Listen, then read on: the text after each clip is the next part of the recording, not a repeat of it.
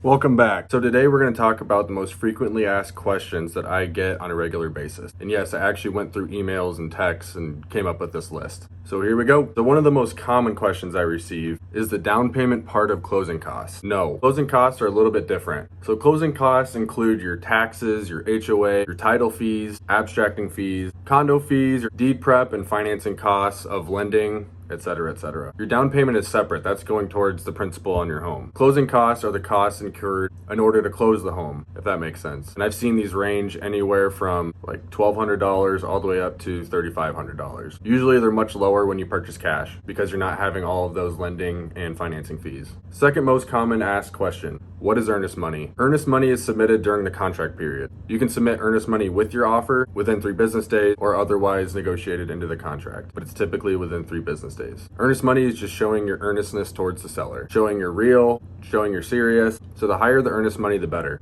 And this does go towards your closing costs, or I believe you can actually roll this into your down payment as well. It's a conversation for you and your lender to have. FAQ number 3, is a home inspection required? No, but it's encouraged. And there's different situations when an inspection may need to be taken off the table, such as a multiple offer situation. If you're trying to compete with other offers and other buyers, sometimes taking that inspection contingency off of there, or not doing an inspection at all and buying as is, will win you the property over the others. And there are other creative ways you can do this as well and structure your offer, such as doing an inspection for information purposes only. So you're not doing a contingency, you're just doing it for your own knowledge. Another way you can do this, you can also do what's called a pre-inspection. So if you're a seller, you can actually do an inspection before you put your home on the market and fix up some of those things that the inspection report came back with. You can actually put it out there that we actually did an inspection, we got the report back, and these are the fixes that we did, XYZ. Or if you're a buyer, say during your showing, you found a list of things that you already know that is going to pop up on the inspection report. You can have those negotiated into your offer that those get fixed rather than doing an inspection. Or you can do that and still do an inspection for your own knowledge.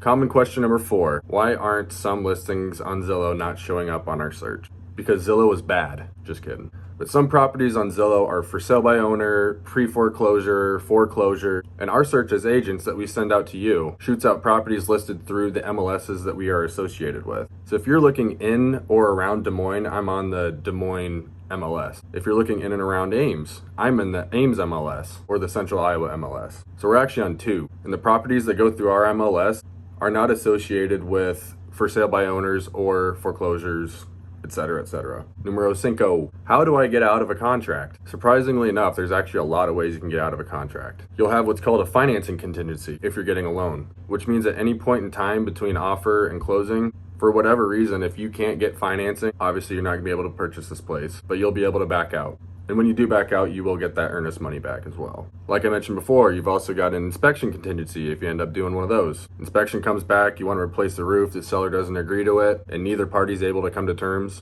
then yes, you are able to back out at that point. And I just found this out the other day. In some states like Texas, there's actually a clause built into their contract that you can back out at any time for any reason. Say 2 days before closing, if you find that you don't like the color of the paint inside or the color of the door, you can actually back out, which is kind of crazy to me, but it kind of makes sense in other cases, more extreme cases, but yeah. Frequently asked question number 6, are the sellers trying to screw us? Probably not. The contract is your friend. Once an offer to purchase has been fully executed and all parties have signed, it's real. It's legally binding. If somewhere during the process you feel that the sellers are trying to screw you, just remember this. They're selling their home that they just spent years, maybe even decades, making and building memories in and caring for, and you're buying it. Most people are good, and chances are they're probably thinking the same thing. Are you guys trying to screw us? Just don't be naive and quick to assume that the sellers are out to get you and laugh in your face, because most people are good. Number 7, is the closing date the same as move-in date? In most cases, yes. There's what's called closing date and possession date.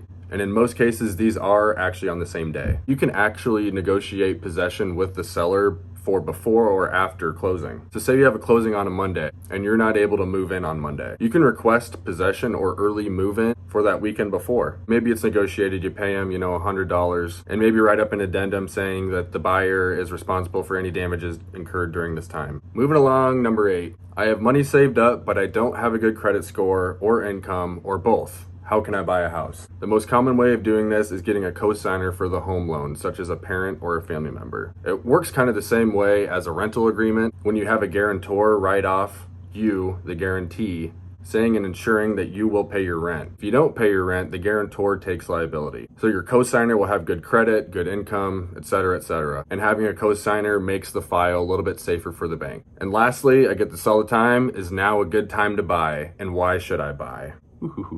It is always a good time to buy. But I'm going to hit you with some quick facts here. There's a saying Warren Buffett had years ago in an interview about investing, and I'll kind of correlate this into real estate. The best time to buy was years ago. The second best time is now. So some quick facts here. First, no one's building land. All the land you see is all we have. Second, the US population has grown by 48 million people since the year 2000. And I actually just saw something the other day that 1 million people were actually born from July 2020 to December 2020. 6 months. So the land is staying the same, and consistently there's more people living on it. In result, inflation has increased on average about 4.6% since the year 1965. The average home price in the same time period has appreciated in value almost 21% per year. And I understand times change, times are different now. I get that. I could dive into all of this in depth really quick, but I'll leave that hanging and let it soak. So there's the most frequently asked questions that I receive on a day-to-day. If you have any more questions, give me a shout. Always available by text, DM, anything like that. Stay warm and go Hawks.